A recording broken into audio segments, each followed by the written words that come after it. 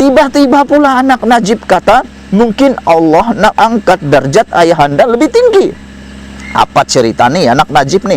Aku bukanlah tak setuju, tapi aku agak terkejut dengan kenyataannya ini. Yang dia kata, mungkin Allah nak angkat derajat ayahanda lebih tinggi. Derajat apa yang nak diangkat, aku pun tak berapa pasti. Nizar melihat terdapat hikmah daripada hukuman penjara yang dikenakan terhadap ayahandanya Najib Razak. Ya, sebelum aku nak teruskan, satu saja hikmahnya yang aku nampak.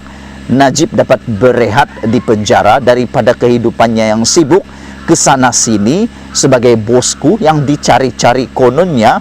Dan selain daripada itu, ada masa untuk Najib mencari petunjuk baru, mencari hidayah baru, ataupun boleh kata dia mencari ketenangan barulah. Kan ada masa yang lama untuk Najib muhasabah diri. Itu hikmah dia bagi aku. Tapi apa hikmah menurut anaknya? Dia melihat perkara itu mempunyai persamaan dengan apa yang dilalui Nabi Yusuf dan tokoh anti-apartheid Nelson Mandela. Aku agak terkejutlah dengan perbandingan yang dibuat oleh anak Najib ini. Untuk Nabi Yusuf itu aku tak ulas. Aku bukan orang agama yang terlampau tahu sangat cerita itu. Sebab itu biar ustaz saja yang cerita. Tapi yang aku nak ulas ialah dasar ataupun tokoh anti atau apartheid Nelson Mandela. Dia bandingkan, dia samakan. Saya lihat di sini, menurut pandangan dan pemahaman saya, anak Najib ini cuba membandingkan, memberi persamaan antara Najib dengan Nelson Mandela. Yang aku nak bagi tahu adalah, aku tak tahulah Nizar ni dah baca sejarah penuh Nelson Mandela kah, atau saja dia samakan Najib dan Nelson Mandela yang sama-sama masuk penjara. Karena menurut sepengetahuan aku dalam bidang sejarah ni, Nelson Mandela dipenjarakan bukan karena curi duit. Dia tak pernah curi duit. Nelson Mandela tak pernah curi duit, tak pernah seleweng duit, tak pernah terima rasuah. Dia dipenjarakan karena dia memperjuangkan hak orang kulit hitam persamaan taraf di Afrika Selatan. Itu sebabnya Nelson Mandela dipenjarakan, bukan karena didapati di mahkamah dia bersalah mencuri kah, menyeleweng dana duit kah, ataupun boleh menyebabkan kelingkupan negara. Bukan. Jadi apa persamaan Najib dengan Nelson Mandela? Satu saja yang aku dapat lihat, yaitu sama-sama masuk penjara. Tapi yang satu masuk penjara kerana memperjuangkan kesamaan dan persamaan taraf. Yang satu pula memperjuangkan apa? Aku tak tahulah. Najib bukan memperjuangkan apa, dia didapati bersalah kerana telah menyeleweng dana SRC internasional 42 juta. Kalau masih tak percaya tak apa, itu dah diputuskan dalam mahkamah. Jangan lagi persoalkan, nanti kamu kedapatan pula menghina keputusan mahkamah. Itu yang aku nampak antara Nelson Mandela dengan Najib Tun Razak. Yang mungkin Nizar tak nampak, tapi yang dia nampak sama-sama masuk penjara. Maci-maci, paci-paci, atuk-atuk, aki-aki, semua yang ada dalam pedalaman tu, aku nak bagi tahu, Nelson Mandela tu mungkin anda tak kenal. Jangan percaya bandingan antara Nelson dengan juga Najib, kerana mereka mempunyai perbezaan perjuangan yang langsung tak sama. Aki-aki, atuk-atuk, nenek-nenek semua. Mungkin ini adalah cara Allah, kata Nizar, anak kepada Najib, mungkin ini adalah cara Allah untuk angkat darjat ayahanda yang lebih tinggi. Itulah yang berlaku kepada Nabi Yusuf yang dipenjarakan atas tuduhan palsu, kata anak Najib ni lagi. Okey, kita teruskan. Tetapi Nabi Yusuf tidak dihukum oleh hakim, kan? Tidak dihukum oleh hakim. Najib, begitulah cerita dia. Apabila bebas, baginda diangkat sebagai menteri besar lagi bijaksana di Mesir, kata anak Najib lagi. Itu yang berlaku kepada Nelson Mandela yang menentang dasar apartheid. Apabila bebas, beliau diangkat sebagai presiden Afrika Selatan dan berjaya menyatu padukan orang kulit putih dan bangsa Afrika, kata anak Najib lagi.